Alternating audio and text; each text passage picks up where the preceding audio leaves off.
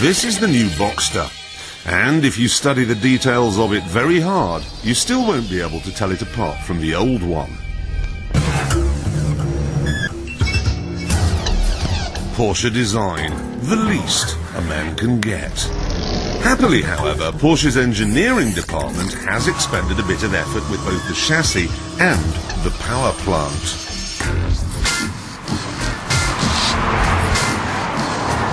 You can buy the new Boxster with a 2.7-litre engine, but while that may say Porsche on the back, it goes more like a Porsche. This, though, is a Boxster S, which has a 3.2-litre engine. This is much more like it.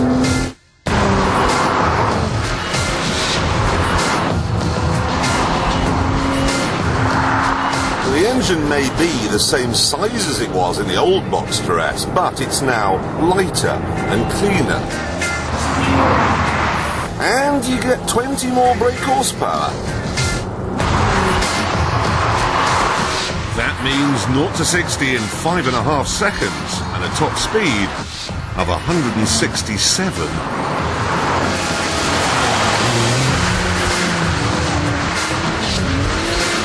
Then there's the price, £38,000 for a fast, practical, well-made two-seater sports car.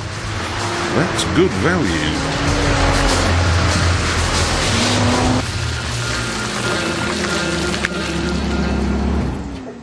Inside, it's much better than it used to be in the old car. I mean, it's no longer laid out like a children's playroom. You get air conditioning, which you never used to get, lots of new airbags, and, best of the lot, this little tray here, into which you put your SIM card. And then, when you close it, you end up with a big 3.2-litre telephone.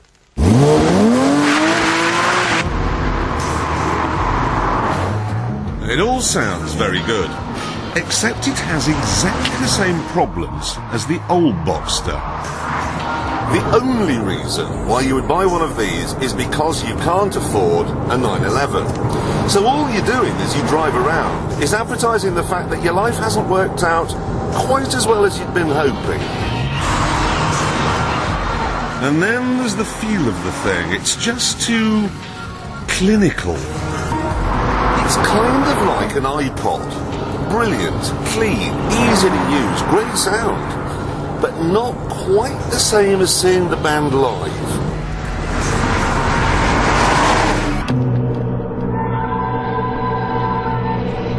That's where this comes in. We've actually reviewed the new Mercedes SLK before, and we liked it a lot.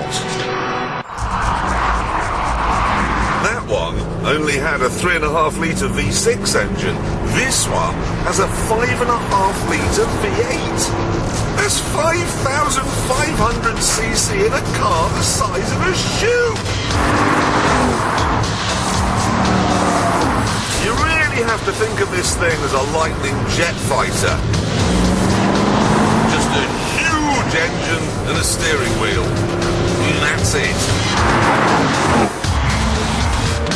And listen to the noise it makes. Listen to this, ready?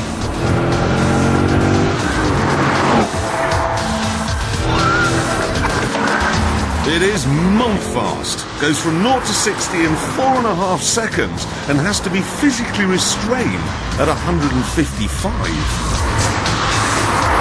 It's not all sweetness and light though. It doesn't have the poise or the delicacy of the Porsche. And the ride is bone-shakingly hard, and the anti-lock brakes cut in just a little bit too soon, I think, and you get a 7-speed gearbox. Too much choice. And it doesn't feel as well made as the Porsche. Everything has a kind of cheap feel to it. I mean, listen to this.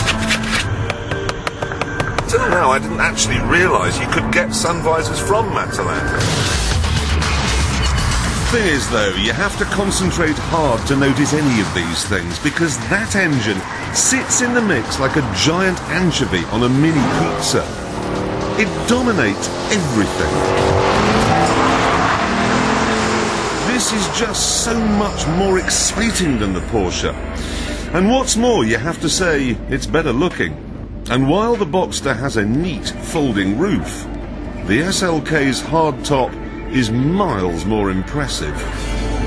When it is down, you get the benefit of these little vents in the headrests here, which waft warm air into the back of your neck as you're driving along. That is a very good idea.